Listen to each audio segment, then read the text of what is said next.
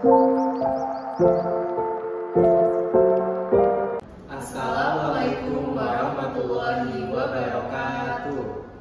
Kami mahasiswa Apoteker UHAMKA Angkatan 43. Di sini akan mencoba mensimulasikan mengenai pelayanan konseling obat terhadap pasien dengan penyakit paru obstruktif kronis. Dengan saya, Fadil Muhammad sebagai pasien. Dengan saya, Safa Malika Zin selaku Apoteker. Selamat menyaksikan. Selamat siang, selamat datang di Apotek UHAMKA. Saya Safa Malika Zin selaku Apoteker yang bertugas pada hari ini. Ada yang bisa saya bantu, Pak? Ini Mbak, saya ingin mengambil resep. Baik, saya boleh lihat dulu untuk resepnya. Ini resepnya Mbak. Baik, ini resep dari dokter spesialis paru ya, Pak, atas nama Fadil Muhammad. Iya, Ini resep untuk Bapak. Iya, Mbak. Baik, akan saya cek terlebih dahulu ya, Pak, terkait ketersediaan obatnya. Bisa ditunggu terlebih dahulu ya, Pak. Iya, Mbak. Resep atas nama Bapak Fadil Muhammad. Iya, Mbak, saya sendiri. Baik, Pak, ini obatnya sudah saya cek. Obatnya itu tersedia semua. Ingin Bapak tebus semua? Iya, Mbak, saya tebus semua obatnya. Baik, saya mohon izin untuk meminta nomor teleponnya ya, Pak. Nomor telepon saya di 0812 12345 Ya. 678. Baik, untuk alamatnya, Pak? Alamatnya saya tinggal di Jalan Kebonjeruk, Ya. nomor 2, Jakarta Timur. Baik, terima kasih ya, Pak. Ini obatnya semuanya totalnya Rp158.000. Bapak sambil menunggu bisa langsung bayar, maka pembayaran di kasir ya, Pak. Baik, Mbak. Baik. Obat atas nama Bapak Fadil Muhammad. Iya, Mbak. Baik, Bapak, ini obatnya sudah saya siapkan. Kemudian dokter itu pada saat meresepkan obat-obatan ini sudah dijelaskan belum ya tentang aturan penggunaan obatnya? Belum, Pak. Dokter belum menjelaskan mengenai aturan penggunaan obat-obatan yang diresepkan ini. Baik, karena belum, saya minta izin Bapak untuk meluangkan waktu Bapak sekitar 5-10 menit untuk melakukan sesi konseling terkait aturan penggunaan obatnya ya, Pak. Iya, Mbak. Baik, kita ketemu di ruang konseling ya, Pak. Ruangannya sebelah sana. Permisi, Mbak. Baik, Bapak, silakan duduk. Terima kasih sudah mau meluangkan waktunya untuk sesi konseling dengan saya terkait pengobatan yang diresepkan oleh dokter ya, Pak. Sebelumnya, saya izin mengisi form konseling dulu ya, Pak. Iya, Mbak. Betul dengan Bapak Fadil Muhammad? Iya, benar, Mbak. Bisa disebutkan tanggal lahirnya, Pak? Saya lahir di tanggal 20 April 1988. Baik, Bapak. Apakah Bapak pernah mengkonsumsi obat ini atau obat lainnya? Saya belum pernah mengkonsumsi obat ini ya, Mbak, dan saya nggak ada riwayat konsumsi obat saat ini. Baik, Bapak. Apakah Bapak mempunyai riwayat alergi? Untuk riwayat alergi obat saya nggak ada ya, Mbak. Tidak ada ya, Pak. Mohon maaf, pertanyaannya agak lebih sensitif ya, Pak. Apakah Bapak merokok atau mengkonsumsi alkohol? Oh tidak, Mbak, saya nggak pernah merokok ataupun minum alkohol. Baik, Bapak. Pada saat Bapak diresepkan obat-obatan ini, apakah dijelaskan mengenai diagnosa penyakit oleh dokter? Kemarin dokter bilangnya sih saya kena penyakit paru obstruktif kronis sama kalau nggak salah. Iya, betul Bapak. Obat-obatan yang diresepkan oleh dokter ini merupakan obat-obatan yang lazim digunakan untuk pasien penyakit paru obstruktif kronik ya, Pak. Untuk penyakit paru obstruktif kronik atau PPOK ini merupakan penyakit yang terjadi dikarenakan respon peradangan kronik pada saluran pernafasan ya, Pak, menjadikan peradangan ini berkurangnya elastisitas paru ya, Pak. Kemudian terjadi hambatan di aliran udaranya. Kemudian penyakit ini bisa menjadi lebih progresif, yang mana lambat laun penyakit ini gejalanya bisa semakin memburuk ya, Pak. Untuk faktor penyebab penyakit ini yang paling utama itu adalah asap rokok. Jadi tadi saya sempat menanyakan ke Bapak apakah Bapak merokok atau tidak. Kemudian faktor lainnya itu ada polusi udara dan faktor genetik.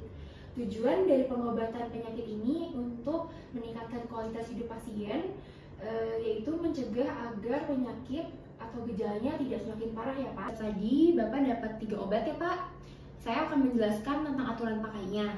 Ini untuk obat yang pertama, Bapak mendapatkan obat sesak. Ini merupakan obat racikan kapsul yang mengandung salbutamol, theophylline, dan prednison.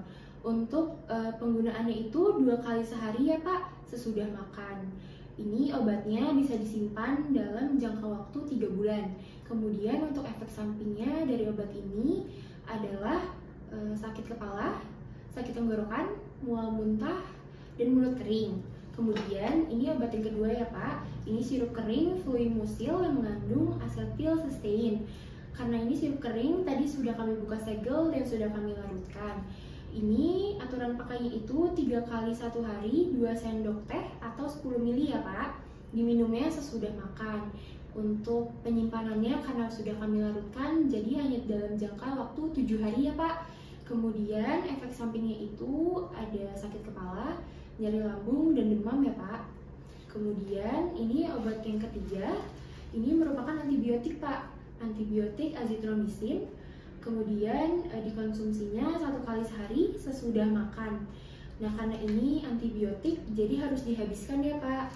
Kemudian Bapak bisa mengkonsumsi antibiotiknya di jam yang sama. Semisal hari ini minum pukul 8 malam, jadi di hari berikutnya pukul 8 malam juga ya Pak. Baik Bapak, ini obatnya bisa disimpan dalam kotak obat pada suhu ruang ya Pak. Terkait efek samping obatnya, Bapak tidak perlu khawatir karena tidak semua orang mengalami efek sampingnya. Namun, jika Bapak merasakan efek samping dari obat-obatannya, Bapak bisa langsung saja menghubungi dokter agar mendapatkan penanganan yang lebih cepat ya Pak. Baik Bapak, ini saya sudah jelaskan semua, masih ada yang ingin ditanyakan? Ya Mbak, saya rasa saya sudah paham. Baik Pak, ya, jika Bapak sudah paham, saya boleh minta tolong untuk menjelaskan kembali apa yang baru saja saya sampaikan. Ini ya Mbak, saya dapat yang pertama ini ada obat racikan ya Mbak, bentuknya kapsul. Ini untuk obat sesak, diminumnya 2 kali sehari 1 kapsul sesudah makan ya Mbak. Ya. Ini masa simpannya cuma 3 bulan ya Mbak. Iya Pak. Ini efek sampingnya itu tadi Mbak bilang katanya bisa menyebabkan sakit tenggorokan, terus mual muntah dan mulut kering ya Mbak. Iya Pak. Kemudian di sini ada obat batuknya, bentuknya sirup. Ini awalnya tadi Mbak bilang bentuknya sirup kering ya Mbak, terus sudah dilarutin. Ini diminumnya 3 kali sehari, 2 sendok teh ya Mbak, atau 10 ml. Ini sesudah makan. Ini masa simpannya itu karena sudah dilarutin tadi, jadi cuma bisa bertahan 7 hari ya Mbak.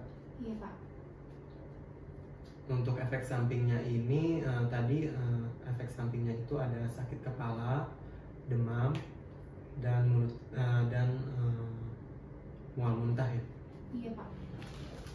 Terus yang terakhir ini ada antibiotik. Ini antibiotiknya azitromisin tadi dibilang ya Mbak. Iya. Ini diminumnya sehari sekali. Diminumnya itu di jam yang tepat yang sama ya Mbak. Di setiap harinya itu. Iya betul Bapak. Ini antibiotiknya dihabiskan ya Mbak. Ini juga sudah makan ya. Iya. Baik Bapak, jika Bapak sudah paham terkait ini kan pengobatannya farmakologi ya Pak. Nah Bapak bisa melakukan terapi non farmakologinya nih Pak, seperti makan makanan yang bernutrisi tinggi dikarenakan penyakit ini kan menyebabkan penurunan berat badan dan penurunan massa otot. Kemudian Bapak bisa memperbanyak mengkonsumsi air putih minimal 8 gelas sehari. Kemudian Bapak bisa melakukan olahraga kecil seperti jalan atau berlari, berlari kecil saja ya Pak, kurang lebih 30 sampai 45 menit ya Pak. Lalu Pak, jika Bapak ingin beraktivitas keluar ruangan, dipastikan selalu memakai masker ya Pak, agar terhindar dari polusi udara maupun asap rokok. Baik Bapak, jika Bapak sudah paham, apa ada yang ingin ditanyakan kembali? Oh tidak Mbak, saya rasa sudah cukup. Baik Bapak, saya mohon izin untuk meminta tanda tangan Bapak ya untuk dokumentasi konseling di bagian sini ya Pak.